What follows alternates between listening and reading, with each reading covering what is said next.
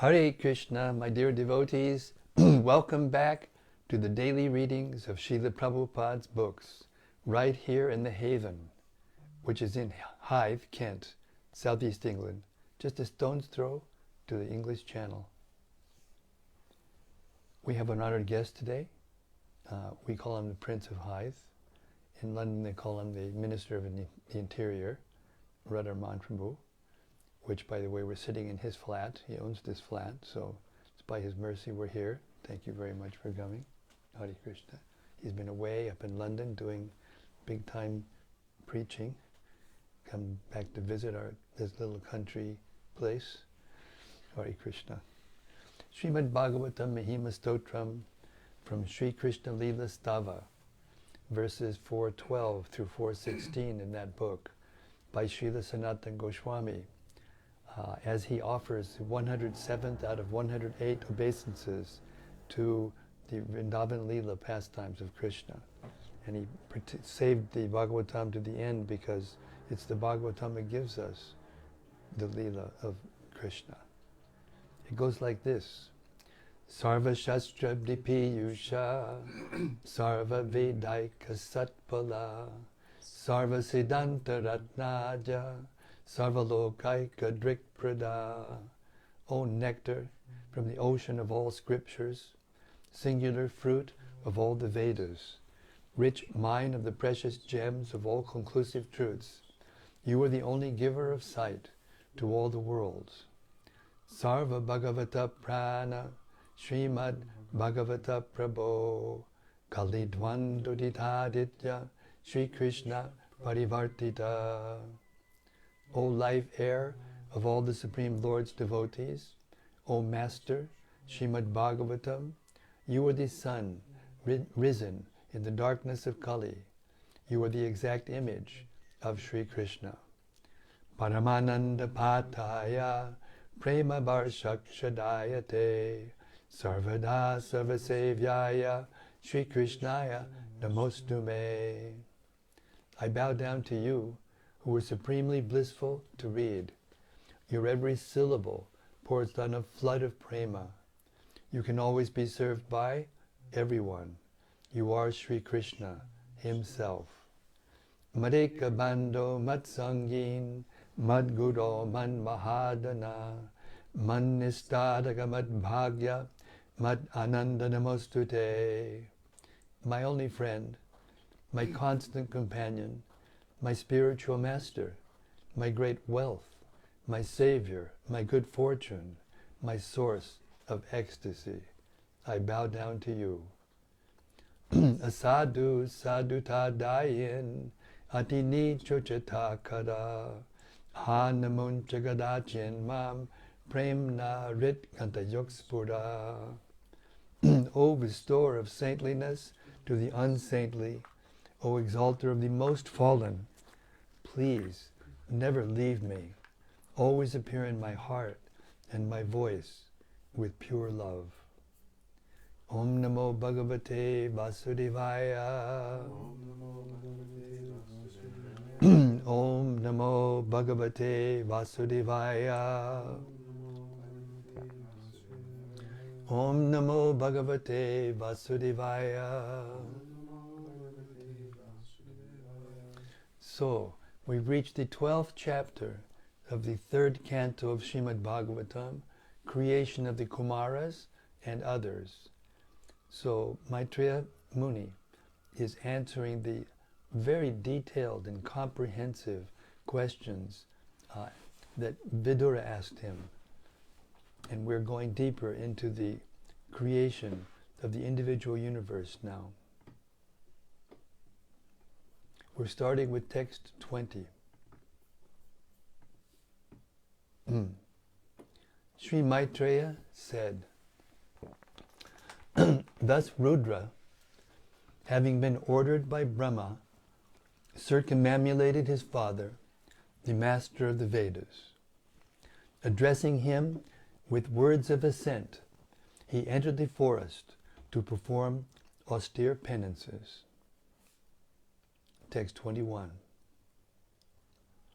Brahma, who was empowered by the Supreme Personality of Godhead, thought of generating living entities and begot 10 sons for the extension of the generations. Text 22. Marichi, Atri, Angira, Pulasta, Pulastya, Pulaha, Kratu, Brigu, Vasishta, Daksha, and the 10th son, Narada, were thus born. Purport. The whole process of the creation, maintenance, and dissolution of the cosmic manifestation is meant to give the conditioned souls a chance to go back home, back to Godhead. Brahma created Rudra to help him in his creative endeavor. But from the very beginning, Rudra began to devour the whole creation, and thus he had to be stopped from such devastating activities. Brahma therefore created another set of good children who were mostly in favor of worldly fruitive activities. He knew very well, however, that without devotional service to the Lord, there is hardly any benefit for the conditioned souls, and therefore he at last created his worthy son, Narada, who was the supreme spiritual master of all transcendentalists. Without devotional service to the Lord, one cannot make progress in any department of activity, although the path of devotional service is always independent of anything material. Only the transcendental loving service of the Lord can deliver the real goal of life, and thus the service rendered by Srimad Narada Muni is the highest among all the sons of Brahma. Text 23. Narada was born from the deliberation of Brahma, which is the best part of the body. Vasishta was born from his breathing, Daksha from a thumb, Brigu from his touch, and Kratu from his hand. Purport. Narada was born from the best deliberation of Brahma because Narada was able to deliver the Supreme Lord to anyone he liked. The Supreme Personality of Godhead cannot be realized by any amount of Vedic knowledge or by any number of penances, but a pure devotee of the Lord like Narada can deliver the Supreme Lord by his good will. The very name Narada suggests that he can deliver the Supreme Lord. Nara means the Supreme Lord, and Da means one who can deliver. That he can deliver the Supreme Lord does not mean that the Lord is like a commodity that can be delivered to any person. But Narada can deliver to anyone the transcendental, loving service of the Lord as a servitor, friend, parent, or lover, as one may desire out of one's own transcendental love for the Lord. In other words, it is Narada only who can deliver the path of Bhakti Yoga, the highest mystic means for attainment of the Supreme Lord. Srila Prabhupada Ki Jai. Text 24. Pulastya was generated from the ears of Brahma, Angira from the mouth, Atri from the eyes, Marichi from the mind, and Pulaha from the navel. Text 25. Religion was manifested from the breast of Brahma, wherein is seated the Supreme Personality of Godhead, Narayana, and irreligion appeared from his back, where horrible death takes place for the living entity. Purport. That religion was manifested from the place where the Personality of Godhead is personally situated is very significant, because religion means devotional service to the personality of Godhead, as confirmed in the Bhagavad Gita as well as the Bhagavatam. In the Bhagavad Gita, the last instruction is given up. In the Bhagavad Gita, the last instruction is to give up all other engagements in the name of religion and take shelter of the personality of Godhead.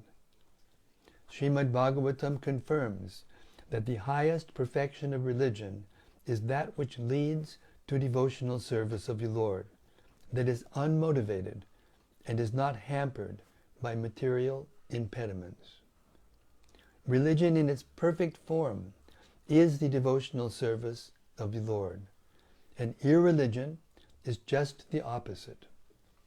The heart is the most important part of the body, whereas the back is the most neglected part. When one is attacked by an enemy, one is apt to endure attacks from the back and protect himself carefully from all attacks on the chest. All types of irreligion spring from the back of Brahma, whereas real religion, the devotional service of the Lord, is generated from the chest, the seat of Narayana. Anything which does not lead to the devotional service of the Lord is irreligion, and anything which leads to the devotional service of the Lord is called religion. Text 26. Lust and desire became manifested from the heart of Brahma, anger from between his eyebrows, greed from between his lips, the power of speaking from his mouth, the ocean from his penis, and low and abominable activities from his anus, the source of all sins. Purport. A conditioned soul is under the influence of mental speculation. However great one may be in the estimation of mundane education and learning, he cannot be free from the influence of psychic activities. Therefore, it is very difficult to give up lust and the desires for low activities until one is in the line of devotional service to the Lord. When one is frustrated in lust and low desires, anger is generated from the mind and expressed from between the eyebrows. Ordinary men are therefore advised to concentrate the mind by focusing on the place between the eyebrows, whereas the devotees of the Lord are already practiced to place the Supreme Personality of Godhead on the seat of their minds. The theory of becoming desireless is untenable because the mind cannot be made desireless. When it is recommended that one be desireless, it is understood that one should not desire things which are destructive to spiritual values. A devotee of the Lord always has the Lord in his mind, and thus he does not need to be desireless because all his desires are in relationship with the service of the Lord.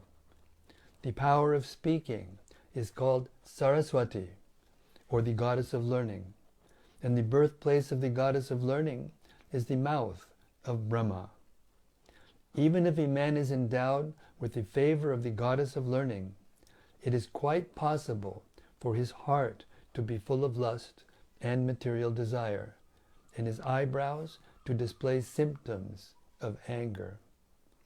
One may be very learned in the mundane estimation, but that does not mean that he is free from all low activities of lust and anger. Good qualifications can be expected only from a pure devotee who is always engaged in the thought of the Lord or in samadhi with faith. Text 27. The sage Kardama, husband of the great Devahuti, was manifested from the shadow of Brahma. Thus all became manifested from either the body or the mind of Brahma. Purport. Although one of the three modes of material nature is always prominent, they are always alloyed with one another. Even in the most prominent existence of the two lower qualities, the modes of passion and ignorance, there is sometimes a tinge of the mode of goodness. Therefore, all the sons generated from the body or the mind of Brahma were in the modes of passion and ignorance, but some of them, like Kardama, were born in the mode of goodness. Narda was born in the transcendental state of Brahman. Text 28. O Vidura, we have heard that Brahma had a daughter named Vak, who was born from his body and who attracted his mind toward sex, although she was not sexually inclined towards him. Purport. Balavan Indriya Gramo Vidbangsang Apikarshati. Bhagavatam 9:19-17. It is said that the senses are so mad and strong that they can bewilder even the most sensible and learned man. Therefore it is advised that one should not indulge in living alone, even with one's mother, sister, or daughter. Vidbangshang apikarshati means even the most learned also become victims of the sensuous urge. Maitreya hesitated to state this anomaly on the part of Brahma, who was sexually inclined to his own daughter, but still he mentioned it because sometimes it so happens, and the living example is Brahma himself, although he is the primeval living being and the most learned within the whole universe. If Brahma could be a victim of sexual urge, then what of others, who are prone to so many mundane frailties? This extraordinary immorality on the part of Brahma was heard to have occurred in some particular kalpa, but it could not have happened in the kalpa in which Brahma heard directly from the Lord the 4 essential verses of Śrīmad-Bhāgavatam, because the Lord blessed Brahma after giving him lessons on the Bhagavatam that he would never be bewildered in any kalpa whatsoever. This indicates that before hearing Śrīmad-Bhāgavatam, he might have fallen victim to such sensuality, but that after hearing Śrīmad-Bhāgavatam directly from the Lord, there was no possibility of such failures. One should, however, take serious note of this incident. The human being is a social animal, and his unrestricted mixing with the fair sex leads to downfall. Such social freedom of man and woman, especially among the younger section, is certainly a great stumbling block on the path of spiritual progress. Material bondage is due only to sexual bondage, and therefore unrestricted association of man and woman is surely a great impediment. Maitreya cited this example on the part of Brahma just to bring to our notice this great danger. Text 29. Thus, finding their father so deluded in an act of immorality, the sages, headed by Mirichi, all sons of Brahma, spoke as follows, with great respect. Purport. The sages, like Mirichi, were not in the wrong in submitting their protests against the acts of their great father. They knew very well that even though their father committed a mistake, there must have been some great purpose behind the show. Otherwise, such a great personality could not have committed such a mistake. It might be that Brahma wanted to warn his subordinates about human frailties in their dealings with women, which are always very dangerous for persons who are on the path of self-realization. Therefore, great personalities like Brahma, even when in the wrong, should not be neglected.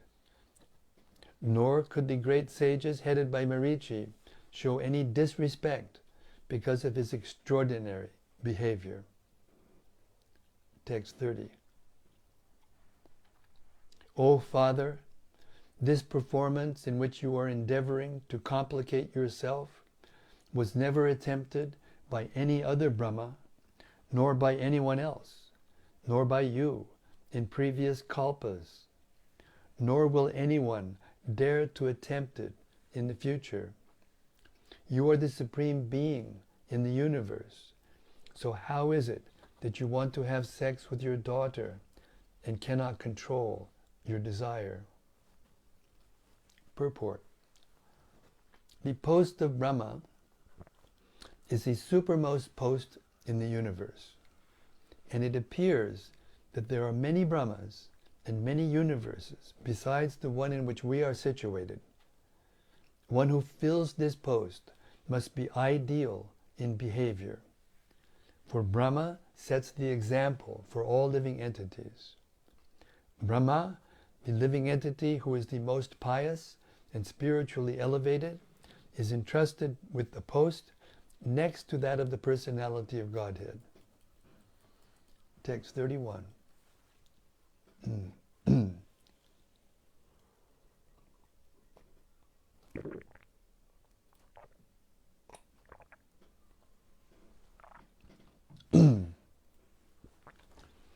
O spiritual master of the universe, even though you are the most powerful being, this act does not suit you because your character is followed for spiritual improvement by people in general. Purport. It is said that a supremely powerful living entity can do anything and everything he likes, and such acts do not affect him in any way. For example, the sun, the most powerful fiery planet in the universe, can evaporate water from anywhere and still remain as powerful. The sun evaporates water from filthy places, and yet is not infected with the quality of the filth. Similarly, Brahma remains unimpeachable in all conditions, but still, since he is the spiritual master of all living entities, his behavior and character should be so ideal that people will follow such sublime behavior and derive the highest spiritual benefit. Therefore, he should not have acted as he did. Text 32. Let us offer our respectful obeisances unto the personality of Godhead, who by his own effulgence, while situated in himself, has manifested this cosmos. May he also protect religion for all goodness. Purport. Lust for sexual intercourse is so strong that it appears herein that Brahma could not be dissuaded from his determination in spite of the appeal by his great sons like Marichi. Therefore the great sons began to pray to the Supreme Lord for the good sense of Brahma. It is only by the grace of the Supreme Lord that one can be protected from the allurement of lusty material desires. The Lord gives protection to devotees who are always engaged in his transcendental loving service, and by his causeless mercy, he forgives the accidental fall of a devotee. Therefore, sages like Marichi prayed for the mercy of the Lord, and their prayer was fruitful. Text 33. The father of all Prajapatis, Brahma, thus seeing all his Prajapati sons speaking in that way, became very much ashamed, and at once gave up the body he had accepted. Later that body appeared in all directions as the dangerous fog in darkness. Purport. The best way to compensate for one's sinful acts is to give up one's body at once. And Brahma, the leader of the living entities, showed this by his personal example. Brahma has a fabulous duration of life, but he was obliged to give up his body due to his grievous sin, even though he had completely merely contemplated it in his mind without having actually done it. This is a lesson for the living entities, showing how sinful an act it is to indulge in unrestricted sex. Even to think of abominable sex is sinful, and to compensate for such acts, one has to give up his body. In other words, one's duration of life, blessings, opulence, and so on, are decreased by sinful acts, and the most dangerous type of sinful act is unrestricted sex. Ignorance is the cause of sinful life, and sinful life is the cause of gross ignorance. The feature of ignorance is darkness or fog. Darkness or fog still covers the whole universe, and the sun is the only counteracting principle. One who takes shelter of the Lord, the perpetual light, has no fear of being annihilated in the darkness of fog or ignorance. Text 34.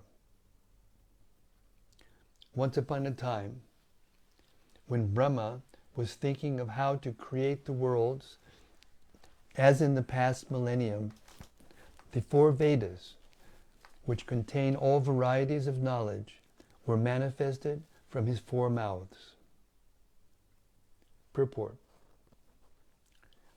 As a fire can consume anything and everything without being contaminated, so by the grace of the Lord, the fire of Brahma's greatness consumed his desire for the sinful act of sex with his daughter. The Vedas are the source of all knowledge, and they were first revealed to Brahma by the mercy of the Supreme Personality of Godhead, while Brahma was thinking of recreating the material world. Brahma is powerful by dint of his devotional service unto the Lord, and the Lord is always ready to forgive his devotee if by chance he falls down from the noble path of devotional service. The Śrīmad-Bhāgavatam 11.5.42 confirms this as follows: Swapadam moolam bhajatak priyasya chakvanya bhavasya hari pareshaha vikrama vikarma yach chot pititam tekanchit dunoti sarvam vedisani vishtaha. Any person who is engaged 100% in the transcendental loving service of the Lord at his lotus feet is very dear to the personality of Godhead, Hari, and the Lord, being situated in the heart of the devotee, excuses all kinds of sins committed by chance. It was never expected that a great personality like Brahma would ever think of sex indulgence with his daughter. The example shown by Brahma suggests that the power of material nature is so strong that it can act upon anyone, even Brahma. Brahma was saved by the mercy of the Lord with a little punishment, but by the grace of the Lord he did not lose his prestige as the great Brahma. Text 35. The 4 kinds of paraphernalia for conducting the fire sacrifice became manifest. The performer, the chanter, the offerer, the fire, and the action performed in terms of the supplementary Vedas. Also the 4 principles of religiosity, truth, austerity, mercy, and cleanliness, and the duties of the four spiritual orders all became manifest. Purport. Eating, sleeping, defending, and mating are the four principles of material bodily demands, which are common to both the animals and human society. To distinguish human society from the animals, there is the performance of religious duties in terms of one's social status and spiritual order of life, varnashram dharma. These social and spiritual divisions are all clearly mentioned in the Vedic literatures and were manifested by Brahma when the four Vedas were generated from his four mouths. Thus, the duties of humankind, in terms of social status and spiritual order, were established to be observed by the civilized man. Those who traditionally follow these principles are called Aryans, or progressive human beings. Text 36. Vidura said, O great sage, whose only wealth is penance, kindly explain to me how and with whose help Brahma established the Vedic knowledge which emanated from his mouth. Text 37. Maitreya said, beginning from the front face of Brahma, gradually the four Vedas, Rig, Yajur, Sama, and Atharva, became manifest. Thereafter, Vedic hymns, which had not been pronounced before, priestly rituals, the subject matters of the recitation, and transcendental activities were all established, one after another.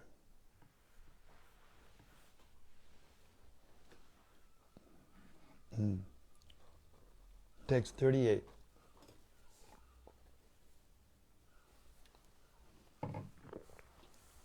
He also created the medical science, military science, musical art, and architectural science, all from the Vedas.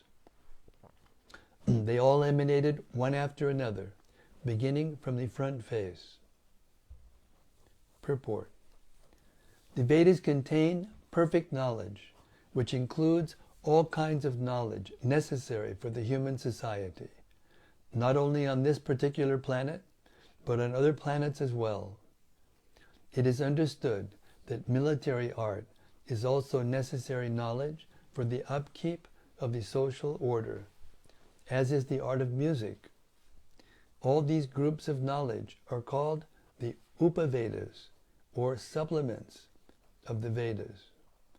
Spiritual knowledge is the main topic of the Vedas, but to help the human being's spiritual pursuit of knowledge, the other information, as above mentioned, forms necessary branches of the Vedic knowledge. Text 39.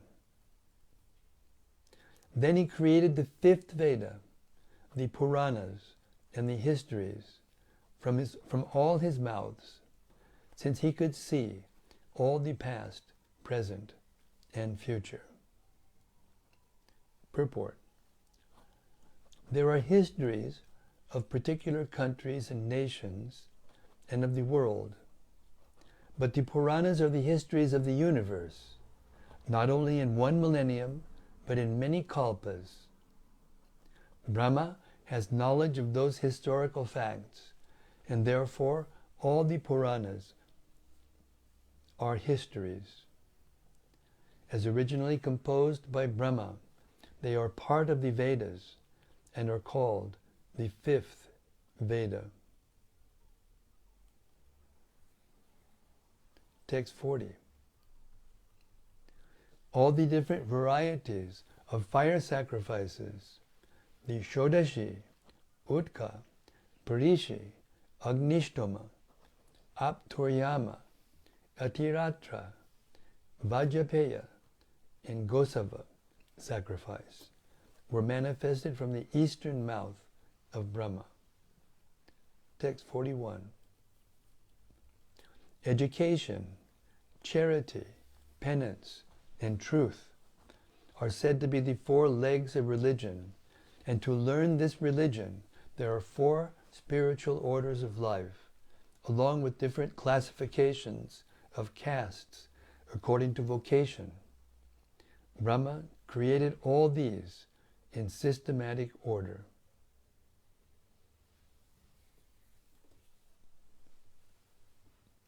Purport. The nucleus of the 4 spiritual orders, brahmacharya, or student life, grihastha, or householder, family life, vanaprastha, or retired life for practicing penance, and sannyas, or renounced life for preaching the truth, consists of the 4 legs of religion.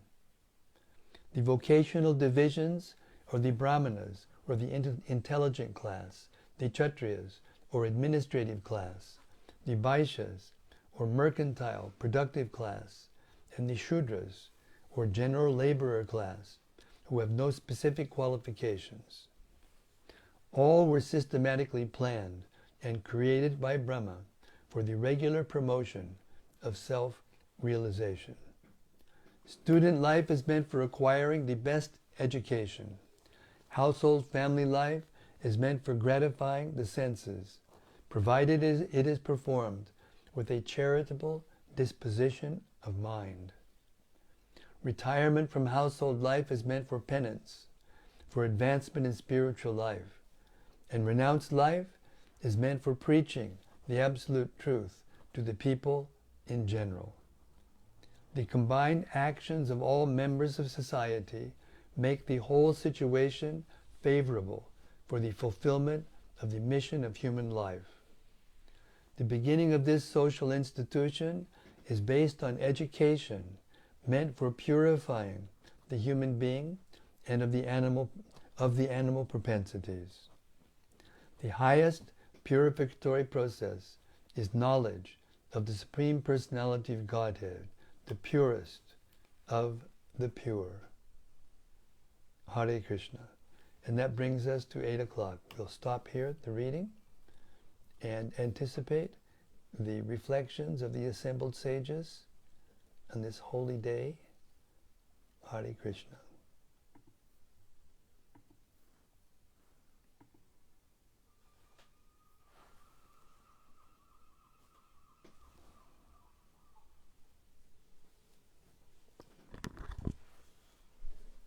Okay, Radharaman, our honored guest, has a reflection.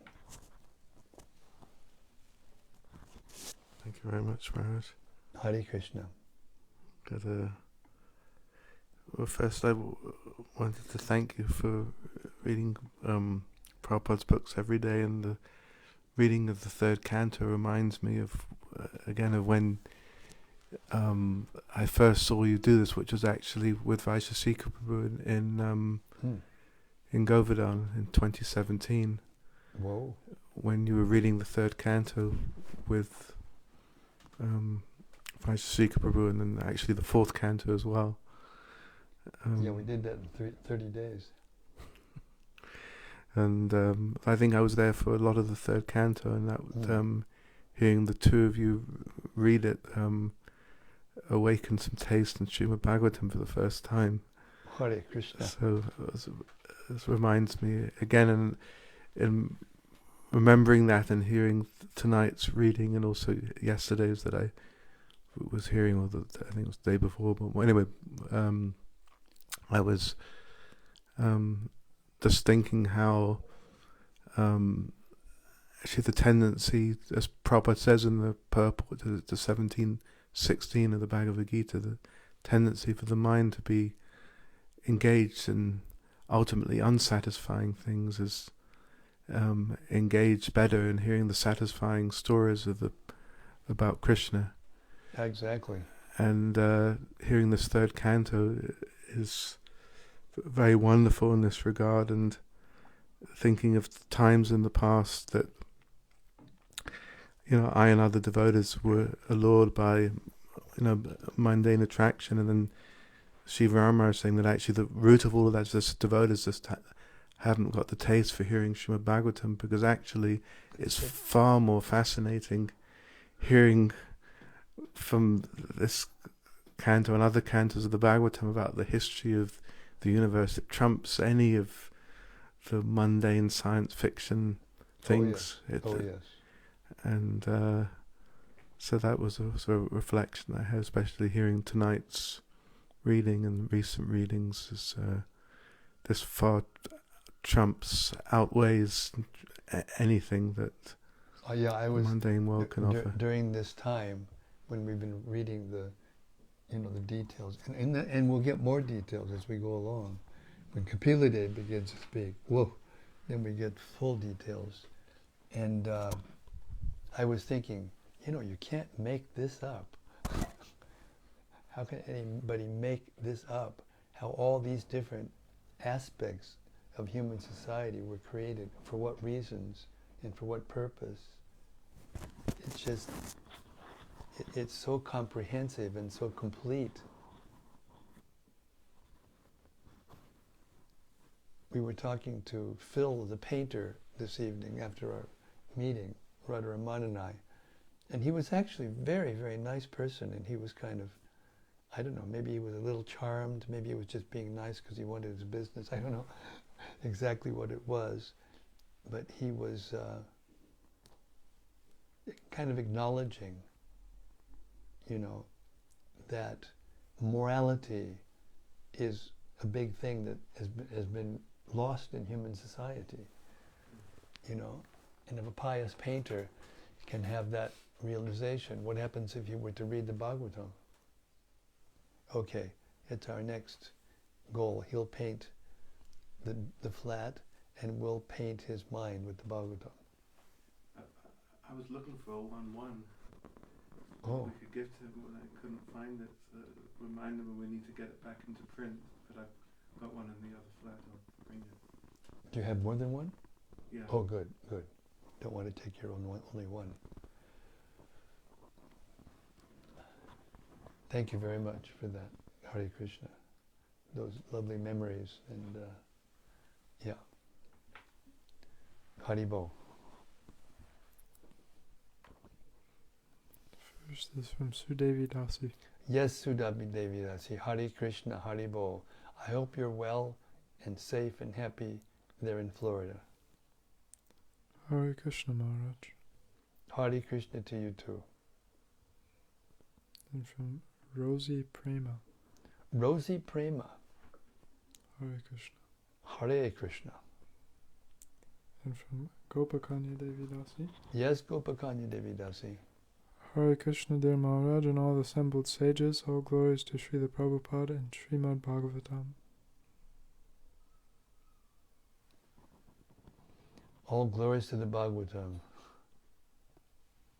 We heard something very important tonight. How Brahma got attracted to his daughter, and how he immediately took the advice of his sons, mind-born sons, and gave it up. Prabhupada comments on that it wasn't that Brahma died or committed suicide or some crazy thing like that, but he gave up the part of his mental body. Brahma's whole body is subtle. He doesn't have a gross body like us. He's very special. And he just gave up that part of his mental body that thought that. He just gave it up. And that way he set the example for all of us, how we can actually do devotional service and get free from those desires. Hare Krishna. From Anandamurti Devi Dasi. Yes, Anandamurti. Dear Guru Maharaj and all assembled devotees, please accept my humble obeisances. All glories to Srila Prabhupada. Jai Prabhupada. Thank you so much for today's reading of Śrīmad-Bhāgavatam. Today I heard that from Lord Brahma all kind of things are manifested, and even the greatest living entity can commit mistakes. What kind of little punishment did the Supreme Lord give to Brahma? He had to confront this darkness. You know, when he gave up that part of his body, it became like a dark fog, and he had to confront that, energy and reject it. He had to do penance, in other words. Hare Krishna.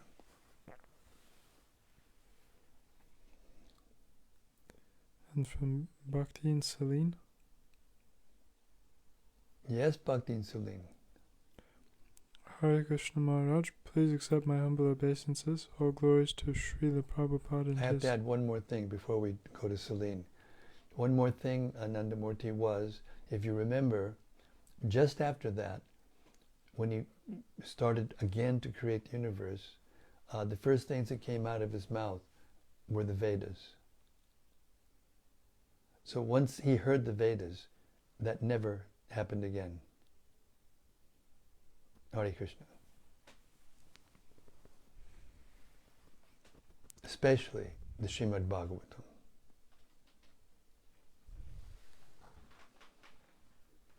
Hare Krishna Maharaj, please accept my humble obeisances. All glories to Srila Jai Prabhupada Prabhupada. and his life work. Thank you for allowing us the opportunity to read this most auspicious scripture with you. In this chapter we read, quote, "It is only by the grace of the Supreme Lord that one can be protected from the allurement of lusty material desires." Unquote.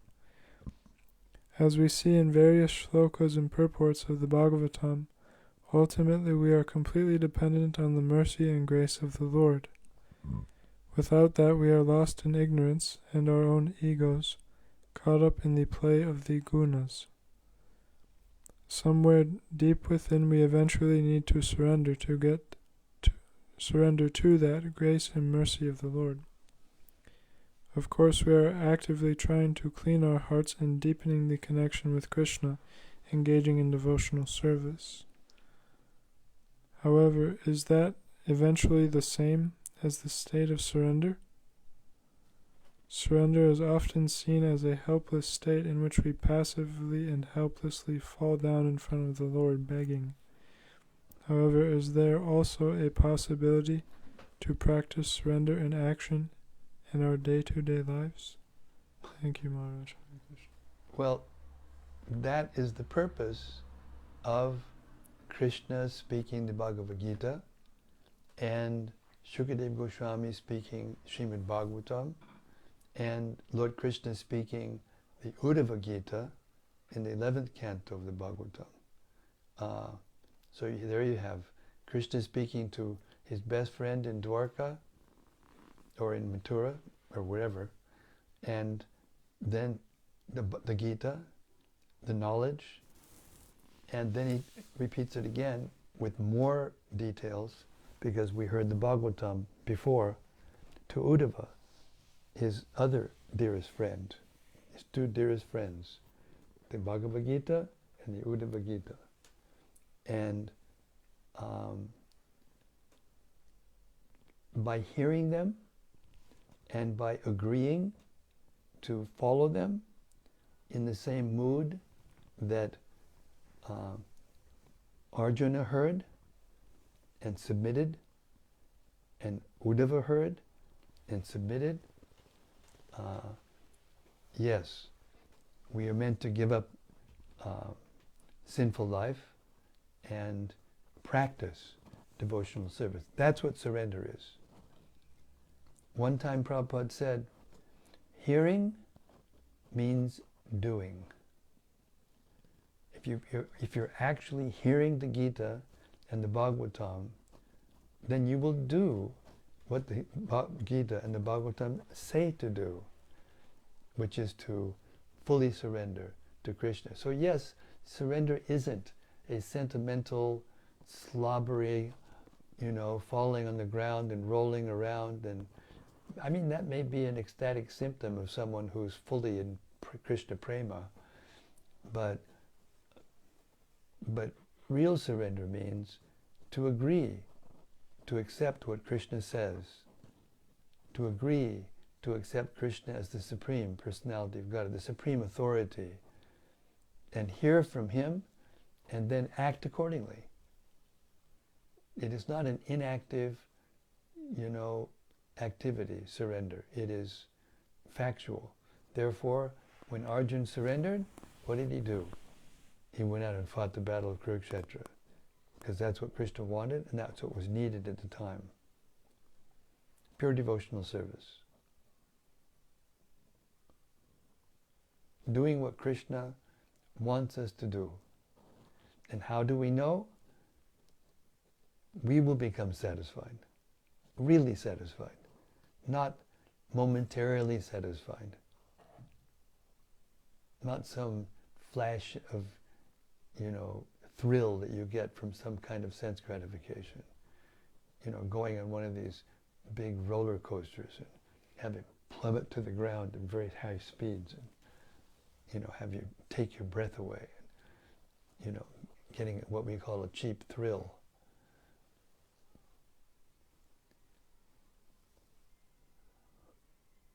Yeah, surrender is the real thing. It's doing what the Lord wants. Hare Krishna. And that's the only thing that can satisfy us completely. And therefore the only thing that can defeat the sensual urges that everyone has who has a material body. Hare Krishna. From Anandamurti. Yes, Anandamurti. Yesterday, 3 Bhagavad Gita distributed after duty. 3 of them are the university students, and they are very happy to receive the Bhagavad Gita. Absolutely marvelous. Om Tat Sat. Om Tat Sat. Thanks a lot. Prabhupada is smiling down on you, Anandamurti. Thank you so much for being such a good example, having to work, in order to maintain your family, and at the same time going out every day during breaks and after work to distribute Prabhupada's books. It's a wonderful example. Hare Krishna. I'm very proud of you, actually. Hare Krishna. And from Daitari Hari. Daitari Hari, Haribo. Hare Krishna Maharaj, thank you very much for tonight's reading. I really appreciated the point that, quote, anything which does not lead to the devotional service of the Lord is irreligion, and anything which leads to the devotional service of the Lord is called religion. I found many points we've been reading about the cosmic order, the sheer scale and the hierarchy of it all, to be mind-blowing. However, I feel like even though I'm interested in all these things, I don't necessarily always see it as the means to develop love for Krishna, but just as a means to learn interesting information about the scale of the universe and what goes on beyond what we can see, not necessarily always in relation to Krishna, though. How important is it that we remain conscious of our hearing the Bhagavatam in relation to the goal of pleasing Krishna? It is essential.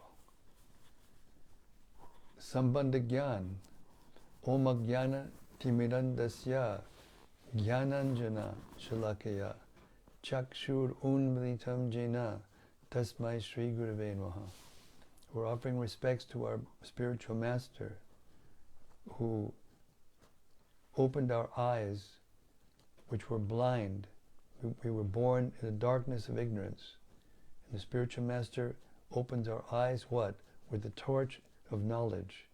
And the first stage of knowledge is Sambandha Gyan, the relationship that we have with this world and with God, and what to do about it.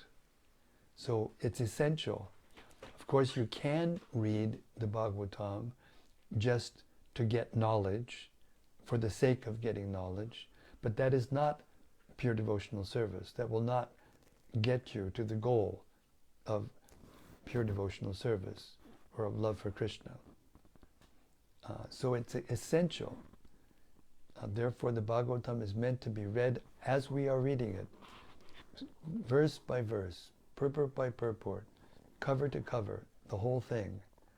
And when we do that, even once, I mean, it is so vast that now I'm reading the third canto for first time in quite some time, and it's like I'm reading it for the first time. It's not ordinary knowledge. It helps us to make sense out of what we're seeing and out of what we're perceiving. As it says in your quote, therefore it leads us to devotional service. Hearing the Bhagavatam is devotional service. Hearing the creation of the universe is pure devotional service. But it has to be done with the proper motive, with the proper mentality. And that mentality is not to enjoy it. Because this tendency to get a thrill out of the details of all this knowledge for our own enjoyment, or to learn something that may be able to impress someone else that we have it, that will take us away from pure devotional service. So we have to change the mentality. But the thing is, the mystical power of the Bhagavatam is that if you keep hearing it from the right person, with the right mood, then those other desires for knowledge's sake, and all those things, will become purified. But in doing that, it's necessary, the sambandha jnana. And then what? Abhideya, to learn how to act according to that knowledge. Prabhupada said it another way. It's not enough to know you're not the body. You have to act like you're not the body. So the knowledge of the Bhagavatam, especially this third canto, the creation of the universe, is meant to establish us very strongly in real knowledge, so that we can have the strength to perform pure devotional service to the conclusion. Hare Krishna. And another thing about the cultivation of knowledge is that if it's done properly, it detaches us automatically from the sensual urges of the senses and the mind. Hare Krishna.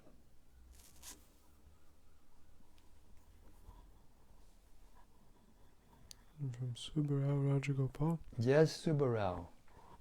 Hare Krishna Maharaj, please accept my humble obeisances and all glories to Srila Prabhupada. Jai Srila Prabhupada. Thank you for your Nitya Bhagavata Sevaya. Mm. It is interesting to note that Ayurveda medical science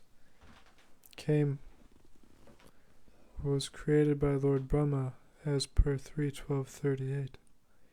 I was under the impression Lord Dhanvantari gave the Ayurveda to this world. Well, we're talking about the Vedas now. We're talking about the Vedas. It hasn't been enacted yet. Brahma's just bringing the Vedas into the world. And later on, now that it's there, different sages will bring those verses and that knowledge into the external application, manifesting it in the world, which Dhanvantari did. So it's not that everything happened at once. That's the point. So even though it came from Brahma, the Vedas came from Brahma, and medical knowledge and military knowledge are there in the Vedas, the universe develops, and as it develops, the great sages distribute that knowledge to human society throughout the universe. But the Vedas are eternal, and that's the point. It's Brahma who brought that into the universe, but in Vaikuntha, in the court of Narayana, the four Vedas stand there in personified forms to serve Narayana. The Vedas are eternal. The knowledge of medical science is eternal. And it comes into the material world in the way that the Bhagavatam is describing, and later on it describes how Dhanvantari brought the Ayurveda into the universe.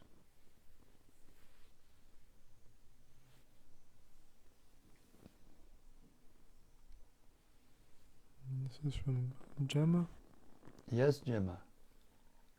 Hare Krishna Guru Maharaj, please would you accept my humble obeisances? Jai, all glories to Srila Prabhupada. Thanks again for reading.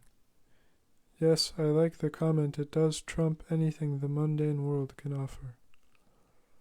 Very interesting. Very interesting to learn about Brahma. I am just happy and feel honored even hearing this transcendental information. I am trying to take it all in. Awesome stuff. Jai Srila Prabhupada, Hare Krishna. Thank you very much for your reflection, and thank you for acknowledging the truth of what the Bhagavatam is. Hare Krishna. Just go on hearing. You don't have to become a scholar. You don't have to become a Sanskrit scholar particularly. You just have to hear. And Srila Prabhupada is the right person to hear from, and he will make it clearer and clearer and clearer. Just go on hearing the Bhagavatam for the rest of your life, over and over and over again, and you will get everything. Hare Krishna. And from Gauranga Gopal. Yes, Gauranga Gopal. Hare Krishna Maharaj, thank you for reading tonight. I appreciated hearing about the frightening power of Krishna's external energy, able to bewilder even such an exalted devotee as Lord Brahma, who even had to change bodies to correct his mentality. If we had to follow the same rules, in Kali Yuga almost everyone would have to commit suicide every instant.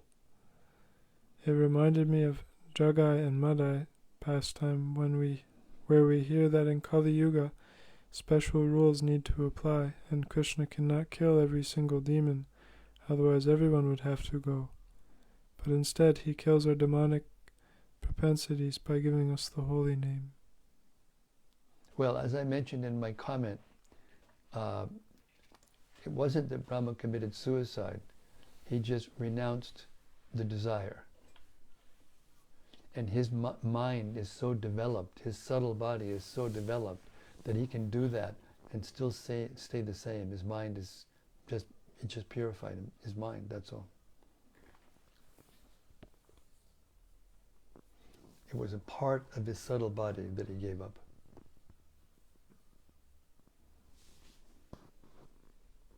And from Rati Manjari.